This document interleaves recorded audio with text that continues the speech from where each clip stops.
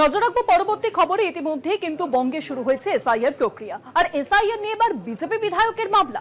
হাইকোর্টে মামলা করতে পারেন বিজেপি বিধায়ক অসীম সরকার। সিএএ এর অধীনে নাগরিকত্বের আবেদনের বিষয় কমিশনের বিরুদ্ধে মামলা, এবং সেই আবেদনকেই স্বরাষ্ট্র মন্ত্রক স্বীকৃতি দিলে গ্রাহ্য করতে হবে কমিশনকে। নির্বাচন কমিশনের কাছে দাবি বিজেপি বিধায়ক অসীম সরকারের। বিজেপি বিধায়ক অসীম সরকার তিনি এবার হাইকোর্টের দ্বারস্থ হতে পারেন। এসআইআর নিয়ে বিজেপি বিধায়ক কি মামলা করতে পারেন, আরো জানাবেন। এখন নিউজরুম থেকে সরাসরি রয়েছেন প্রতিনিধি পীযূষ কান্তিনাথ। পীযূষদা, এসআইআর নিয়ে জল ঘোলা ইতিমধ্যেই শুরু হয়ে গিয়েছে, এবং এই আবহে বিজেপি বিধায়ক অসীম সরকার তিনি কি এবার মামলা করতে পারেন এসআইআর নিয়ে? দেখো, বিভিন্ন সংবাদ মাধ্যমে প্রকাশিত হয়েছে এবং বিজেপি বিধায়ক অসীম সরকার তিনি যে স্টেটমেন্ট দিয়েছেন তাতে তিনি বলছেন যে নির্বাচন কমিশনের বিরুদ্ধে তিনি আদালতের দ্বারস্থ হবেন। এখন প্রশ্ন উঠছে তিনি কলকাতা হাইকোর্টের দ্বারস্থ হবেন না সুপ্রিম কোর্টের দ্বারস্থ হবেন, তা কিন্তু তিনি পরিষ্কার করে বলেননি।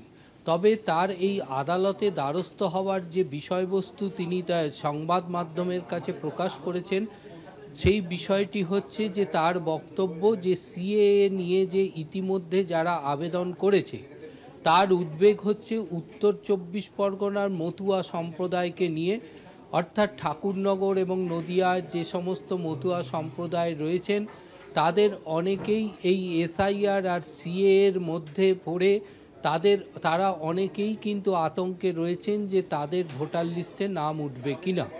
তার কারণ তারা মনে করছেন যে সমস্ত নথি তাদের দেখাতে হবে সেক্ষেত্রে তারা সেই নাম বাতিল হতে পারে, এমনটাই আশঙ্কা করছেন। তার ভিত্তিতে অসীম সরকারের দাবি যে সিএএতে যারা ইতিমধ্যে আবেদন করেছেন যে সরকারি নির্দেশ অনুযায়ী সেই আবেদনকারীদের সেই নথিকে প্রাধান্য দিতে হবে নির্বাচন কমিশনকে।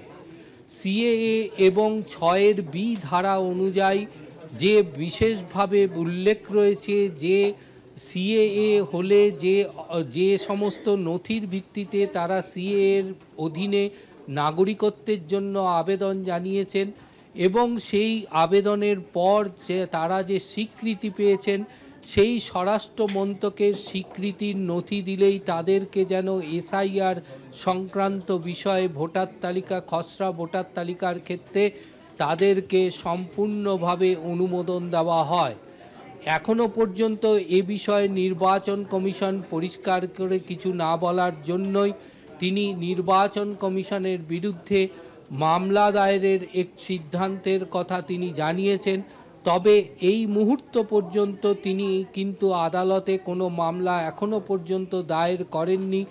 আগামী সপ্তাহে মামলা দায়ের করবেন এমনটাই তিনি জানিয়েছেন।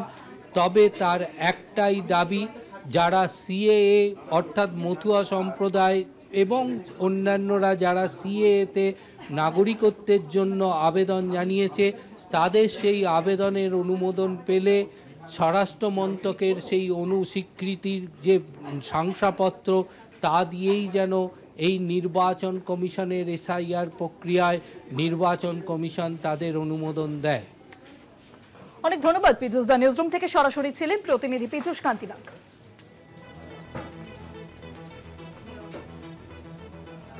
এবার এসআইআর নিয়ে হাইকোর্টে মামলা করতে পারেন বিজেপি বিধায়ক।